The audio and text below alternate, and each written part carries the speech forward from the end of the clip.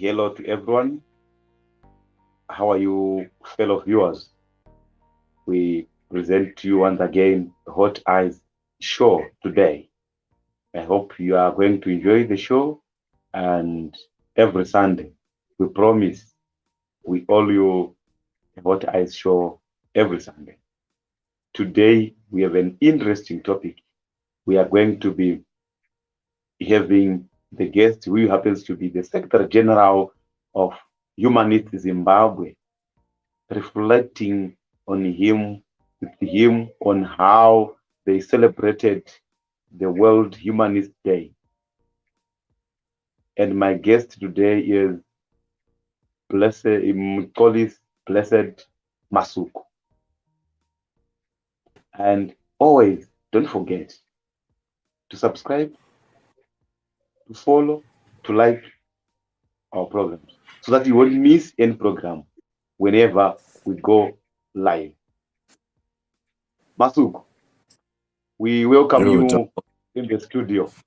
I have just said a little bit about yourself. I just say you are the Secretary General of Humanists Zimbabwe, and I said that we are going to be reflecting on how Humanists Zimbabwe are celebrating the World Humanist Day.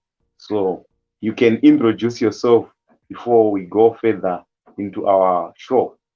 The best way you want to be known. If you want to be known as a cat, introduce yourself as a cat. I think my name is Mkulisi. I've been a member of the Zimbabwean atheist community since 2012. We have been doing some work together. We used to do some work together with a bunch of guys as Zimbabwean atheists, and then we shifted. We started another organization, and then in the end, we just decided to combine our efforts and create Humanists Zimbabwe, which I'm the SG, and you, of course, as the president. But other than that, I'm just a regular guy, man. I do web development, and I'm a teacher, and I love sports to a reasonable extent. I think that's all there is to it. Just another human being. Thank you very much for the short and precise introduction. Anyway, we are both humanists, we are both teachers. For today, we won't mention where we differ. Let us say mention where we are the same. We are both teachers. We are both humanists. We want you to take us through the lens how humanism is faring in Zimbabwe. For a start, how is humanism faring in Zimbabwe? Is there meaningful presence of humanism in Zimbabwe? Oh, meaningful. Of course, there's a meaningful presence. I don't think this in itself is a meaningful presence, right? Maybe if you were talking in terms of scale, to say, are we? What are our numbers compared to the Christians or compared to other communities out there? In that department, we're not doing very well. In fact, there was a time, I think which I would consider the golden age of non-religious communities in Zimbabwe. That was somewhere between 2015 to 2018. I think we had a very vibrant community at that time. I think we had about 20 active members that were working in different aspects to shape up the vision, but eventually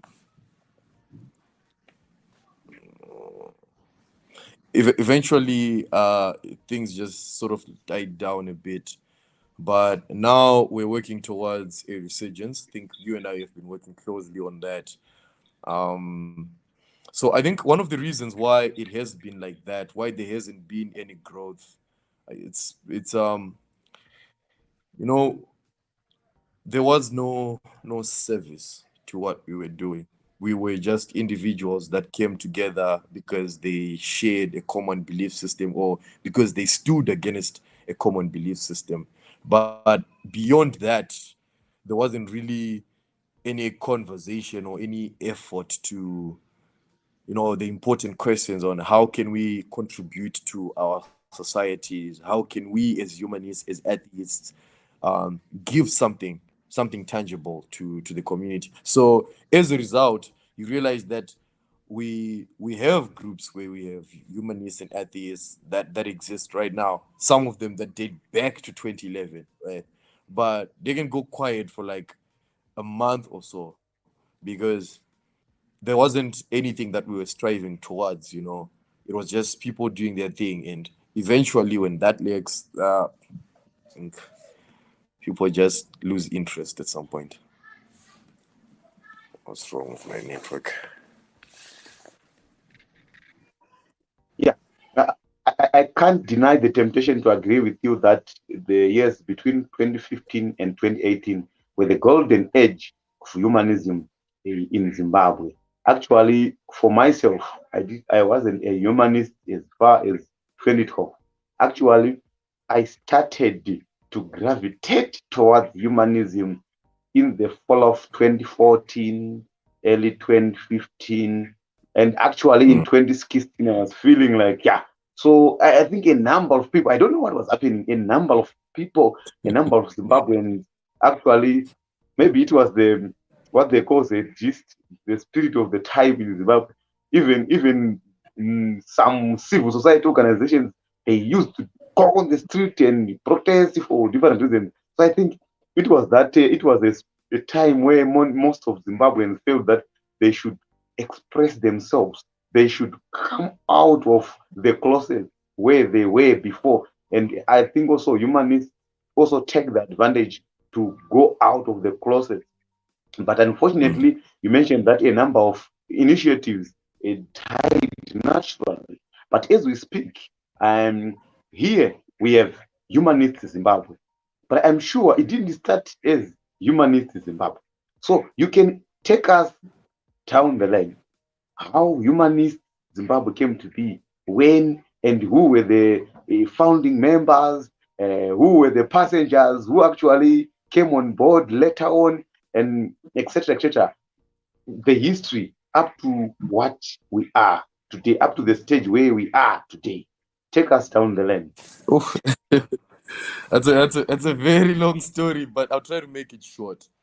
Um, so there was a group at some point on WhatsApp that we first interacted with. I think there were three guys there.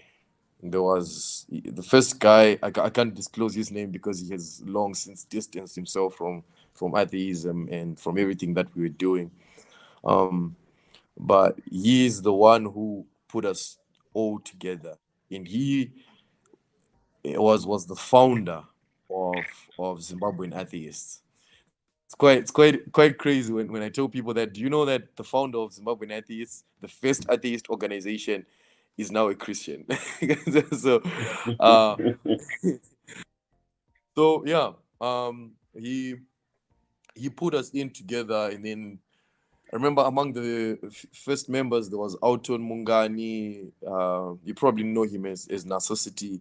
He was our editor at the time. We were writing articles, putting them on the Zimbabwean atheist website. There was Tapiwa Muzira. He's the one who designed the first website that we used as Zimbabwean atheists. And there was Takudzwa Mazuyenduna. He was the coordinator. He was the centerpiece of everything. He was the one who was paying for our web hosting. And at the time, uh, guys who were managing web hosting companies were ripping us off, right? It was expensive, and Takudzo was sacrificing his money to pay for that. Um, and then there were guys who were managing the Facebook page, the one that we ended up renaming to Zimbabwe and to Humanist Zimbabwe. So after that, um, things just like things died down because priorities and all that. This is something that we're doing for free. So priorities, when they come in capitalism, you gotta make money in your time, right? So that's when things just went silent, and WhatsApp communities became more active. And that's when we started experiencing real sharp differences in individuals. We had more conservative humanists, we had liberal humanists, and a great split happened there. So after that, there was me and Nekambanje in Lawayo. We still wanted to explore how we could develop humanism. That's when, and we wanted to develop it as an individualist philosophy, because we thought the only person who can understand your experience as a human being is yourself, and it is your burden, it is your responsibility to articulate your understanding to the world so that you can connect with others. So that's why we created an organization called Peach. That was project for integrating cultures in humanism, because that's what we were particularly interested in. To say we knew humanism could not exist in Zimbabwe in isolation. We had to find a way of integrating it with other cultures that we thought were useful to enhancing the human experience. That includes there was yield, youth led. Um, I don't remember the abbreviation, but and then all these other organizations, feminist organizations that we wanted to work with. So that's when we created Peach, and then it was just a blog to begin with, by the way. Along that line, I came across Humanists International. That was the game changer for us. Those guys, they just started helping us understand how to align our objectives, how to build up our objectives as an organization, how to think beyond ourselves.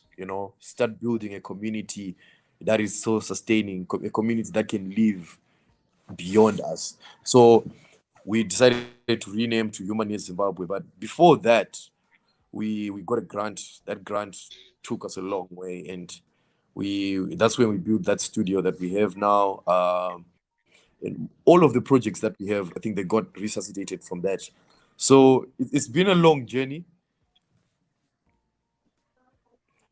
Thank you very much. And you have just mentioned that you just got the grant from Humanists International to come up with a studio to produce content, digital content for that matter. And if my eyes and mind is not deceiving me well, you seem to be in that studio. Am I right?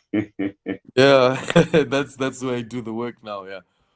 So Um, you can tell us how you affiliated with Humanist International and how how they saw the progress and the grant. What is it about? Is it for recruiting people? Is it for creating content? Of course, I said creating digital content, but that is not enough. For some people might want to know. Of course, I'm saying this despite being a host. I'm also a member of Humanists Zimbabwe. So some of the things like I'm leaking information, but you, as the Secretary General, you are the hub, and you know every document, you know every receipt and everything, because you are the most accountable person when it comes to the organization. So you are the rightful person to tell us and on what you are doing with the grant and what are the intentions. Which audience do you intend to reach? If that audience is reached, what's next to sustain the information? How people can join Humanist Zimbabwe, and what which are is your future plans? And are you engaging probably different ministries of the government? For example, as I said, you are a teacher for physics. I am a teacher for heritage studies, family and religious education. It's very interesting that a non-religious person is interested in teaching culture and religion. But I think it's the best teacher to teach that subject was yeah, that person will teach objectively. So, and if I you're right. look at the curriculum for Zimbabwe, it's actually somehow humanistic in nature, despite the fact that the parents are actually trying to say no to that curriculum because they think that other religions, other than Christians, are getting the opportunity to be heard. But us as humanists, we say, let everyone be given a chance to explain himself or herself. And we say, let children choose. If they decide to choose a religion, let them choose. from an informed position. So, as Humanists Zimbabwe, what are you doing to support such initiative? And are there any organizations you are working with towards pushing that? And at the moment, tell us about your relationship with Humanists International. Are there any other organization you're working with? I think one of the organizations is Humanists International. To you. Mm. So, in terms of organizations, I think the only organization that we have been working with, no, I cannot say working with because Humanist Zimbabwe is a member organization of Humanist International. So, most of the things that we are doing are in line with what Humanist International believes in, and in accordance with the Amsterdam Declaration, because that's what we subscribe to as Humanist Zimbabwe. So you asked me a question to say what the grant that you received, what was it for, right? So to be very blunt with you, I need to be as honest with whoever is going to be watching this. The main purpose of the grant is to recruit people, and I'm not even gonna, what do you call this, sugarcoat that. We want to recruit people, we want to encourage people to be humanists, because the major problem that we face, if you go to the fourth article in the Amsterdam Declaration, it talks about humanism as a solution to selfish nihilism, right? And when you look at it, that is the greatest obstacle, that is the greatest challenge that we are facing as human beings right now. Life is meaningless, life is suffering. And in the face of religious dictations, that suffering at some point becomes unbearable, because you always have that doubt. You can't prove that God exists, therefore you can't really prove that he's working for you in your life. So at some point, when things really go bad, most people lose faith. And when they lose faith, they have nothing, right? So as humanists, we believe that the only thing we can give people is belief in the self. They have to trust themselves. They have to trust that any problem can be solved as long as one comes into it with an open mind, free inquiry, and looks to understand the situation. So we're looking to teach people about humanism, to recruit people who subscribe to this belief to this. I don't call it a belief system, but a life stance, right? To this life stance that they get to appreciate the world and themselves as they are, and look to develop outside most of these dogmatic ideas, right? So that's the main purpose of Humanist International at the moment, or of Humanist Zimbabwe at the moment. And you asked about whether we're working with other organizations locally. Yes, we are, and most of them, um what can I call them? Most of them are small. We're working with mostly small businesses. Um, that includes a lot of freelance video producers, a lot of freelance musicians, a lot of freelance sound producers, people who are teaching debate, people who are teaching public speaking, people who are doing anything that encourages critical thinking, because humanism itself needs critical thinking as a foundation for it to be accepted. So those are the people we're working with. And as an organization, we have shifted from trying to tell people what we believe to being an organization that looks to serve the communities that we are working in. So that's where we're at. Yeah, you said humanism seeks to free the people from the shackles of your religious dogma. And as humanists, sometimes, um, we might probably failing to address certain questions.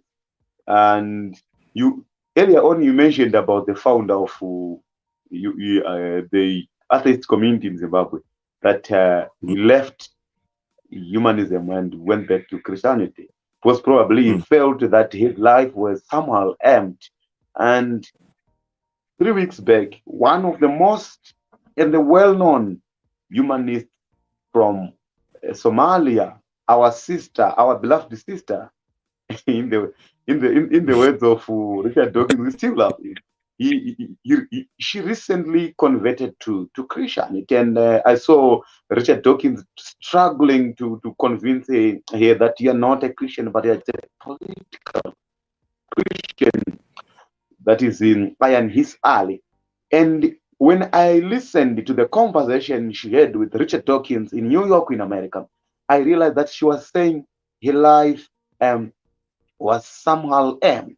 So there are certain questions, probably, what humanists say on those questions.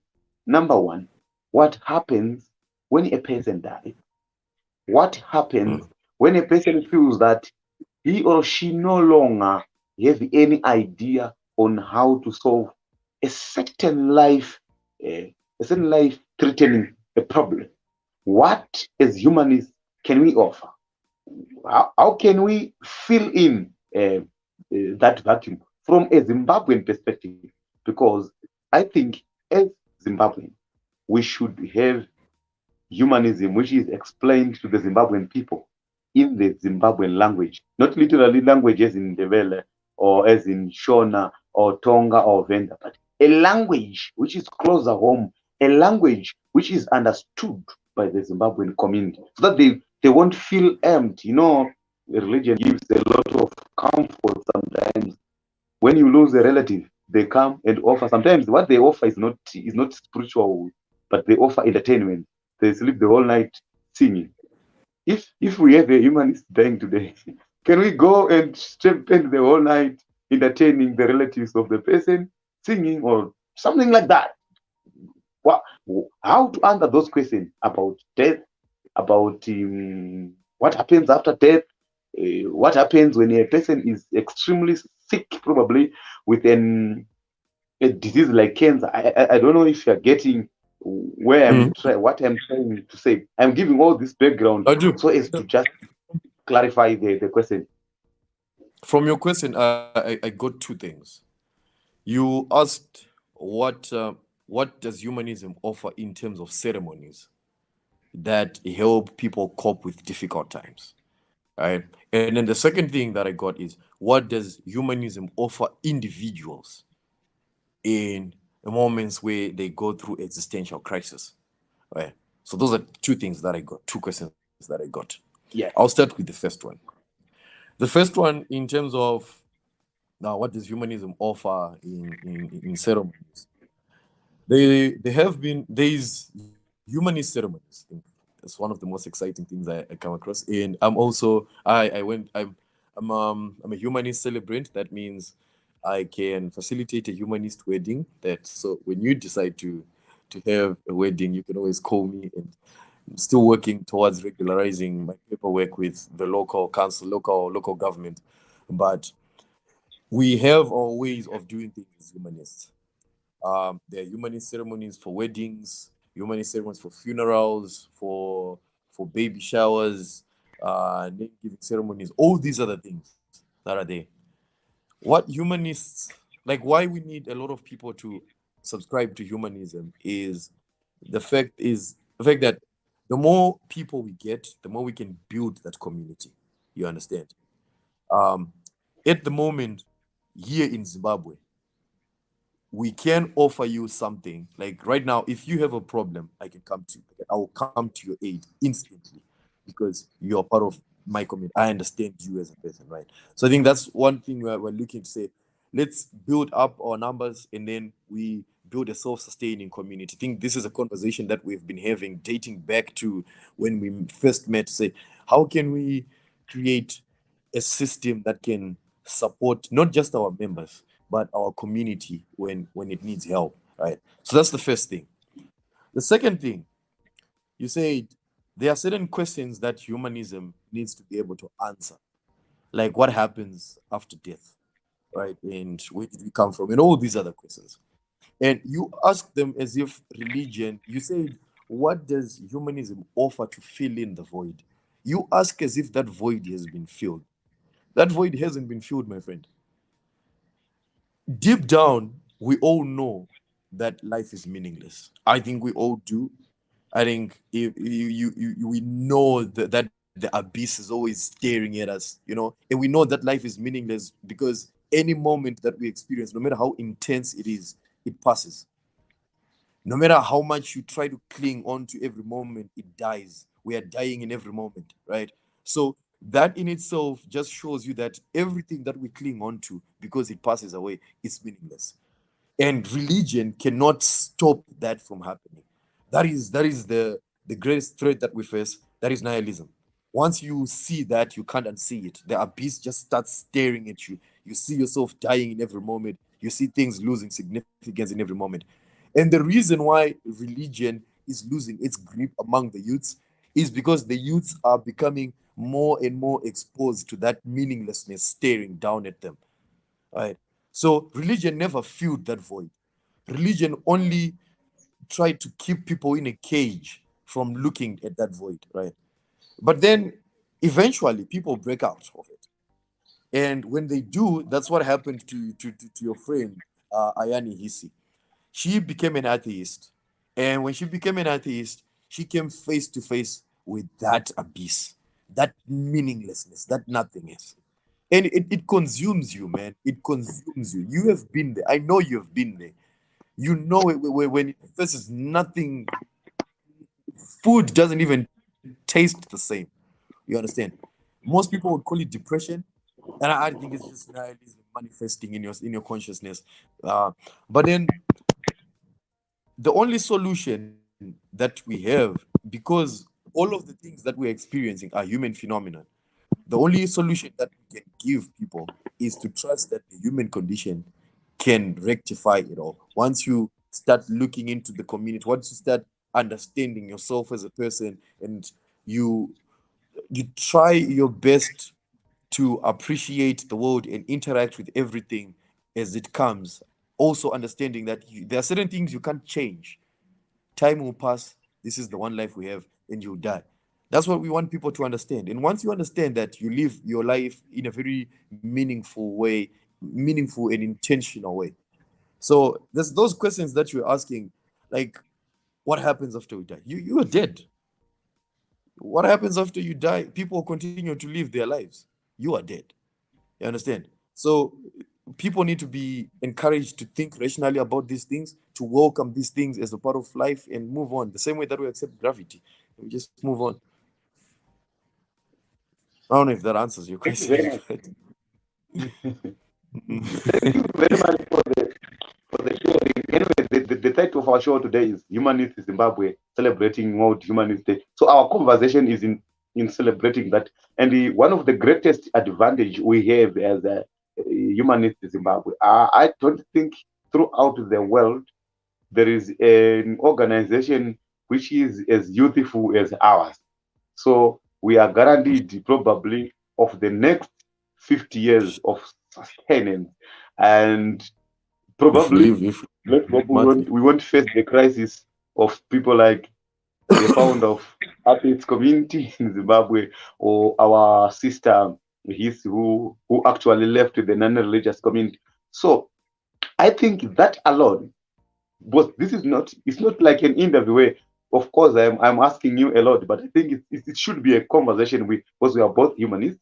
I am the Mm, president, you are the SG, so we are trying to reflect. And I think it's a high time, Masugu, that we should consider uh, being more visible, probably by becoming, yes, you're already a celebrant, and I think you need to formalize with the state so that you meet all the mm, requirements of marriage officers, and we need probably even chaplains and other, so that there are certain services which are being offered by religious people which were not offered, like chaplains.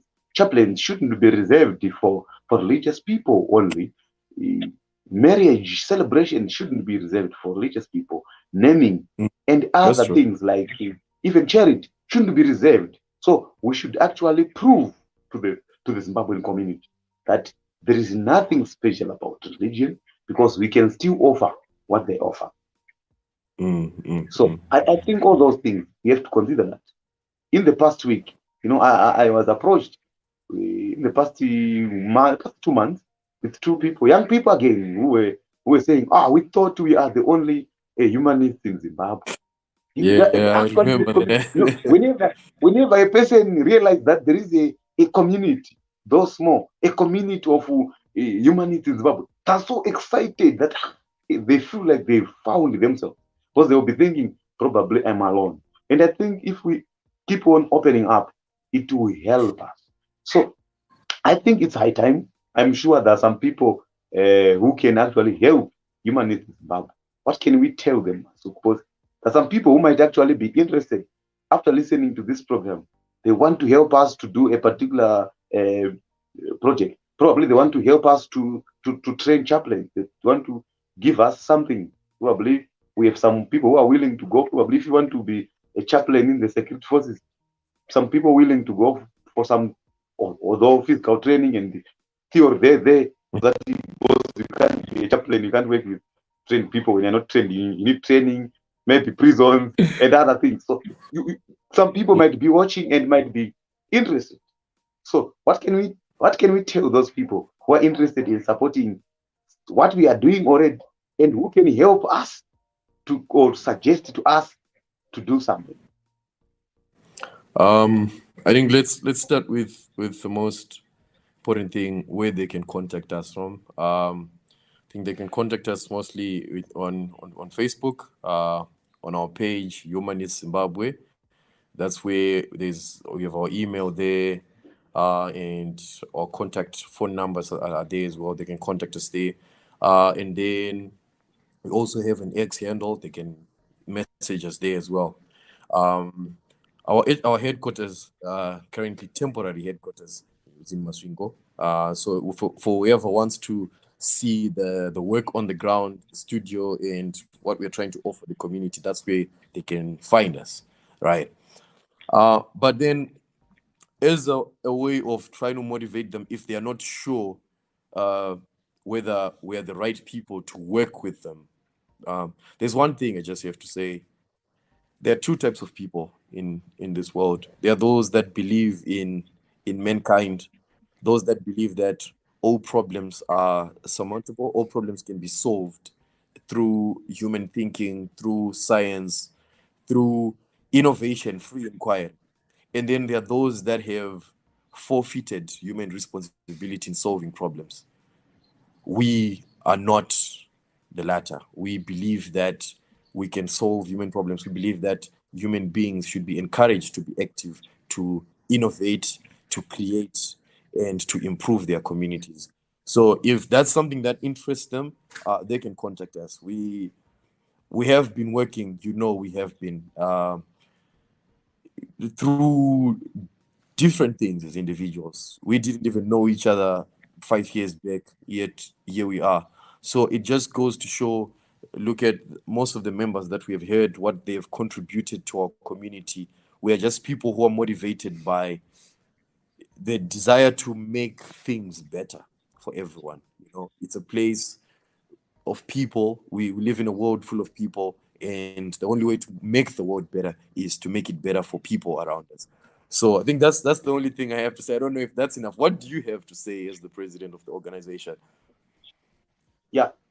What I have to say, especially to fellow Zimbabweans who feel like they share the same vision with us, the first step towards freedom is opening up. And a number of people, especially for me, have approached me because I've opened up. Of course, I know it sounds like a risky in a country like Zimbabwe, being courageous enough to go on radio station claiming that you are non-religious, going on TV station claiming that you're non-religious, publishing something which will be online forever, people reading about you, saying that you're non-religious. It sounds like a risk because sometimes you might think that you will lose a certain economic opportunity. But I think it's better to lose those certain economic opportunities if those economic opportunities are coming with an oppression tag of not allowing you to think outside the box. So it's better to lose that one. And you always find people who align with your goals. I have met different religious people, especially when I was doing the show Faith on Trial.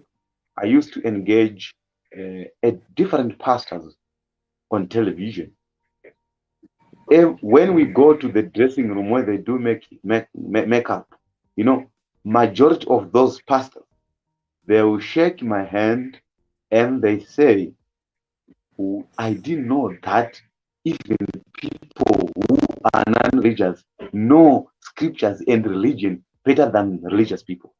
And I'm sure a majority of humanists, they know religion better than the religious people. And that alone is a good thing, that alone, that you have to know religion in and outside.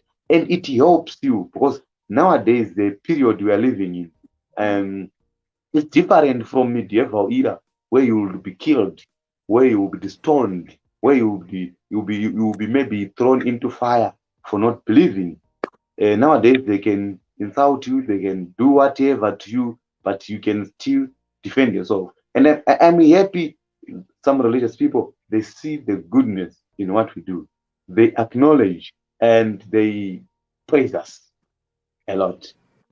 And so I'm saying step number one, open up, engage with fellow humanists.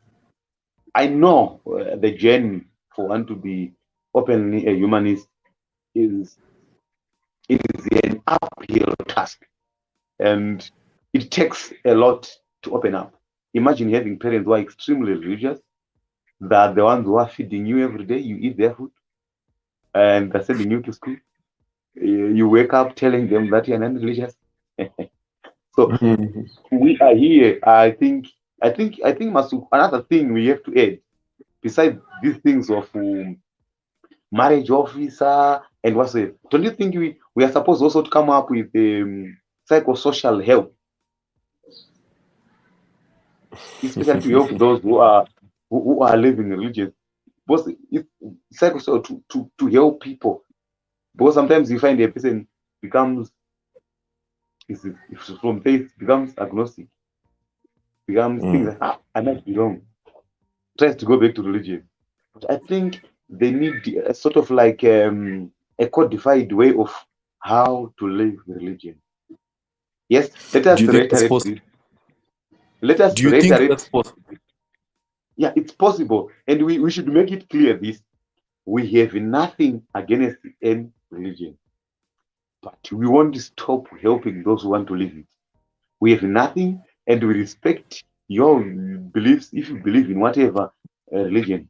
But we are worried if you are believing in that particular religion from an ill-informed position. We want you to be informed. If we inform you Mm. and you can still go on with your particular sect, we are happy that you are doing that out of your own conviction from an informed position. So I think as humanists in Zimbabwe, we should help. We should offer a psycho-social support. Yes, we have been personally. I've been trying to come up with something also around that, especially for people who were once training to be priests. I'm one of them.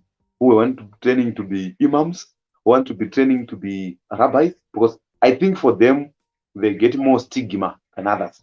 Because just imagine at some point Yeah. you are training to promote a particular religion. You have offered yourself that my whole life I shall be promoting this. Then and people have actually invested in you, and they're actually seeing the ambassador of the so-called God. Imagine they're seeing an ambassador in you. Then the ambassador will just leave the office saying, "No, I don't want to represent the person I told you that he sent me before." People they say he's crazy now. Imagine he was telling us that he was sent by God. Anyway, You think they wouldn't I have normally calculated that? I, I normally tell people that by the time I was training to be a priest, I was stupidly religious. While I was stupidly religious, I later on realized that I was too innocent to be a priest. You seem to want to interrupt. You can say something. No, I was just asking if you think these religious organizations wouldn't have calculated that for every batch of priests they try to produce, they'll probably lose a certain percentage, either to atheism or to other circumstances.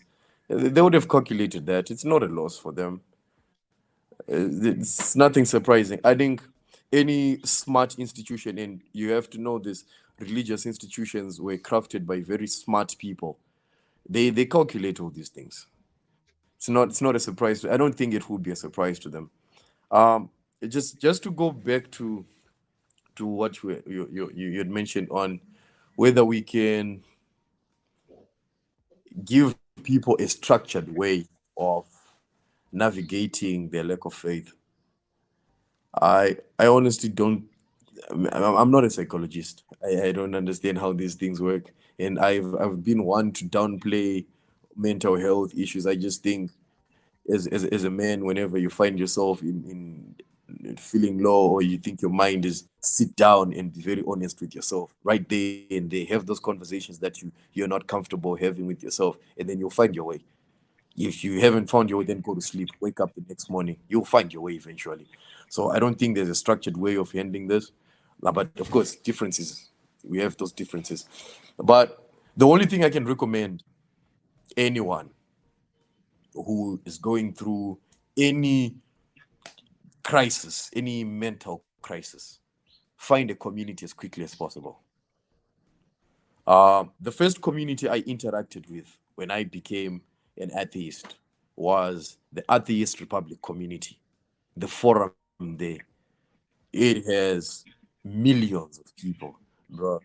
And when you get there, you find people who are articulating the same things that you're going through. So find a community as quickly as possible. Human beings are social creatures. So whatever crisis you're going through, there's a community that has overcome that crisis and has thrived. So get in that community, learn as quickly as possible. No amount of therapy or structured course can teach you better than lived experiences.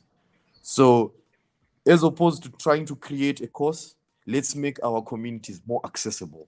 Let's direct people towards finding communities. Because when you go to the Humanist Zimbabwe website, there is a page that I edit there for communities, which I just put a bunch of links there for Atheist Republic community, for Reddit, Atheist Reddit, like Reddit community, Facebook, Zimbabwe agnostics, and free thinkers, talk to humanists, WhatsApp group. I just put a bunch of lists there. So whoever comes onto a website and isn't sure of where they want to go, or is trying to at least navigate whatever crisis they're going through, the first thing I would recommend is go to the community quickly. And once you do, you start having debates with those people, you start having conversations with those people, and nothing affirms your existence more than another human being who validates the experiences and the emotions that you're going through. So that's my solution to the problem you mentioned there. Yeah, I understand. So in other words, you are actually saying it is the mechanism to navigate is there already. We don't need to reinvent the wheel. The wheel is already there. I think that Yeah, that is the point we're trying to say. the wheel was already there. We could Am improve I it. right? Probably put some air hydraulics there. Probably improve. There's always room for improvement.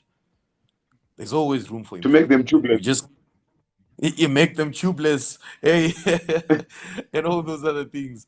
But I think the wheel was already there. And when you look at it, um, look at how Humanist International has been trying to grow humanism in Africa. You have young humanists, Zimbabwe, Africa. You have regional coordinators, people who are working towards making sure that whenever there's someone in Africa who's looking to build a community for humanists, they already have other people who can guide them. No, you do this, you do this. You have the perfect example of one of the most successful communities in Africa, is atheists in Kenya. Those guys have a brilliant interface.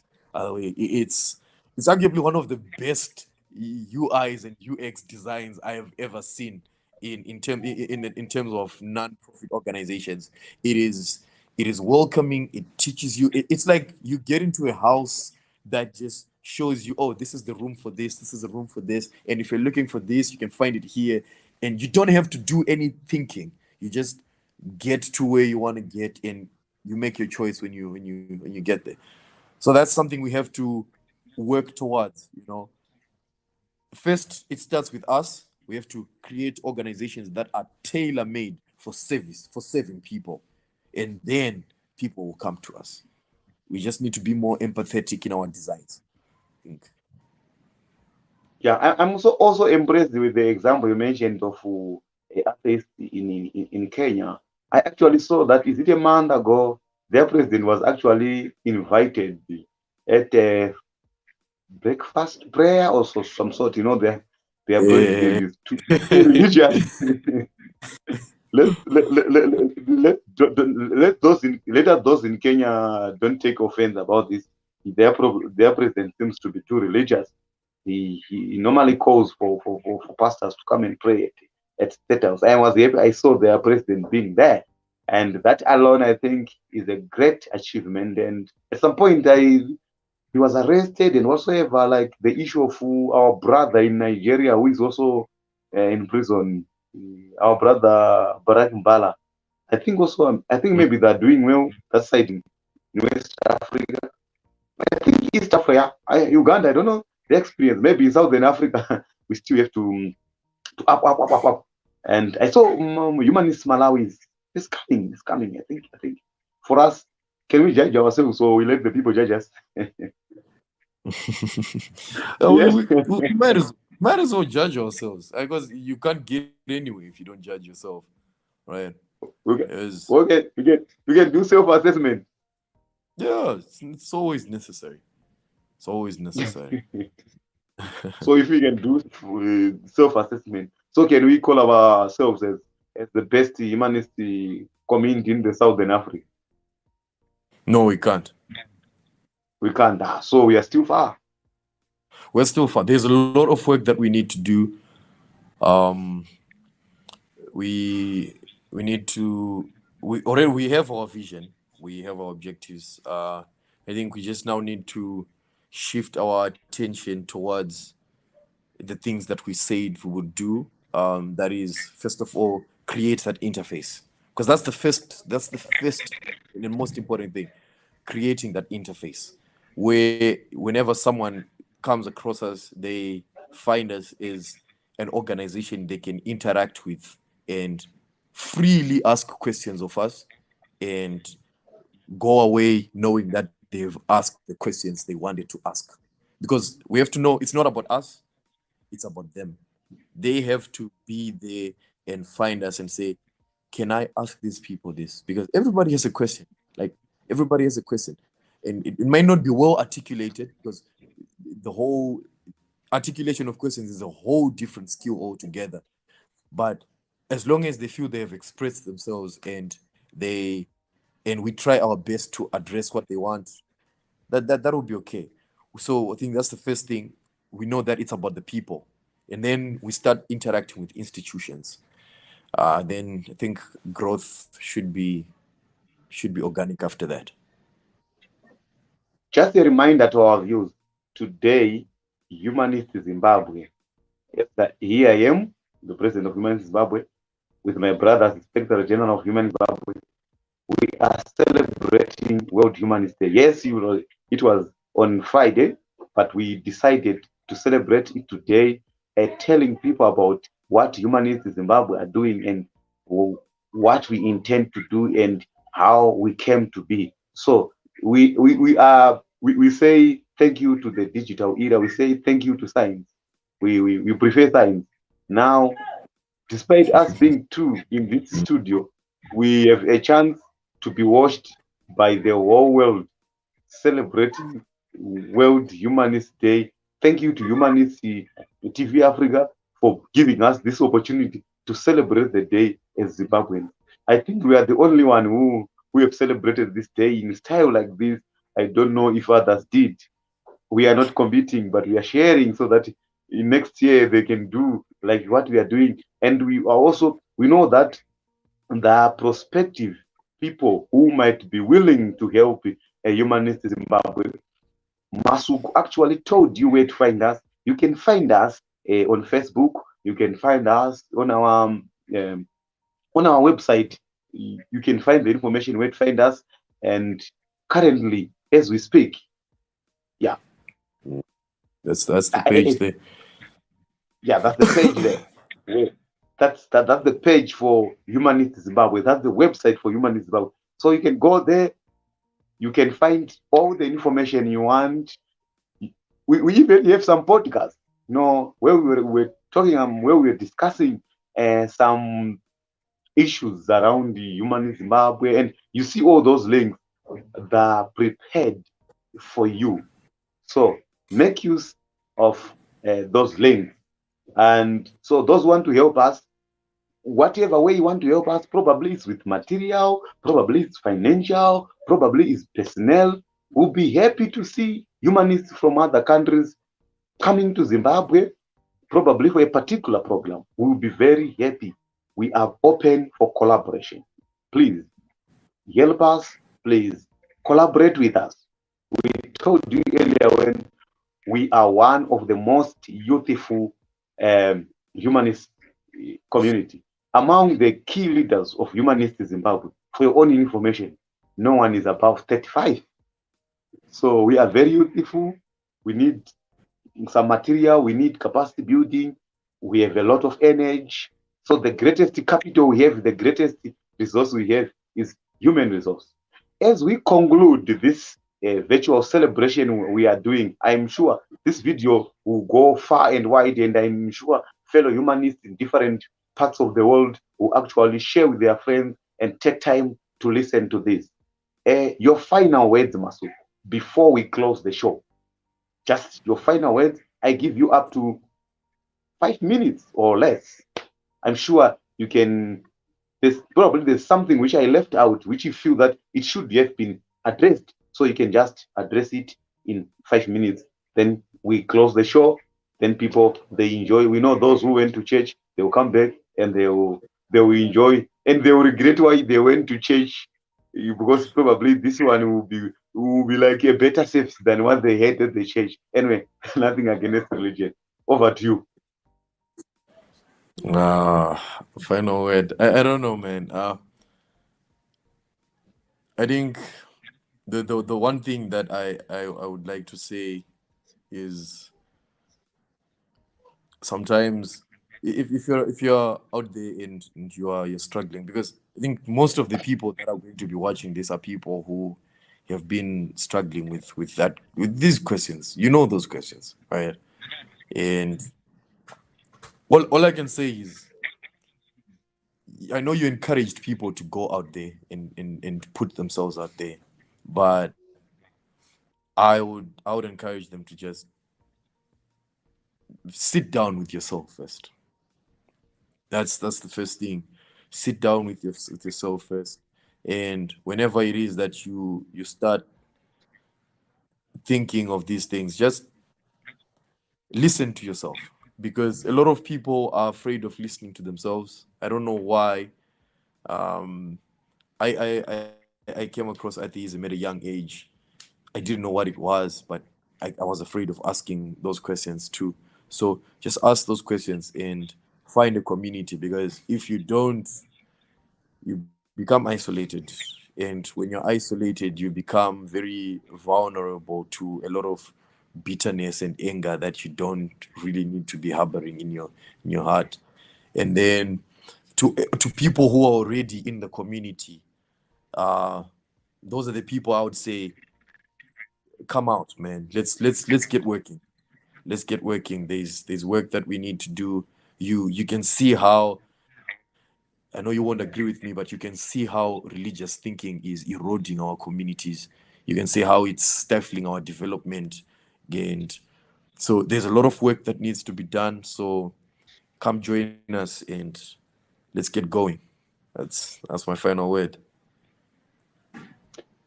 Thank you very much. And I think if any sane mind listened to this celebration would realize that we are two different personalities pursuing one Yeah. goal. We Yeah. and you would listen that you would find I have my own view on a particular topic, and that alone shows the difference between religion and humanism. Humanism is not Mm. dogmatic. We can't be forced to view a particular topic in the same way. We Somewhere. Yeah. we are proud to be different. There is strength in being different, Yeah. but Yeah. we are pushing. And maybe there's some people who are just watching us over the screen. We are very good friends. We differ amicably, and sometimes we spend weekends together. Past weekend we were together Friday, Saturday, Sunday, and we had a lot of fun. Unfortunately, we didn't have the ladies. So I have to mention that when we said we have a lot of fun, probably mm, our ladies might hear this and say, "Ah, so my boyfriend was having fun." Anyway, we only to ourselves, enjoying ourselves as independent humanists, taking some drinks, chewing some meat, Mm. and having some conversation, creating some content, and etc. etc. If you want to see some of the things we have been creating, I don't know if our Secretary General Masuku has managed to finish the editing process and posted. And our producer, we have to be proud of our producer. Our producer is so on point. We are talking of website. He displays it. Mm. People see those Plays it. Yeah. links and now go and enjoy. You saw how aesthetic, you saw how our website was designed. I think people will enjoy looking at it before even reading anything. So thank you to our producer. Our producer is behind the scene. Dennis The is laptop. actually in Uganda. Thanks to technology. Thanks to this was a product not of prayer. It was a product of science. Thanks to technology. Mm. He's in Uganda, but he's producing our show. I am in the capital city of Zimbabwe, Harare, and you are in the capital city of humanism in Zimbabwe, because that is where our headquarters for humanism now is in Masvingo. So you can see Masvingo is the humanist capital for Zimbabwe, and I'm from there. That's my home area.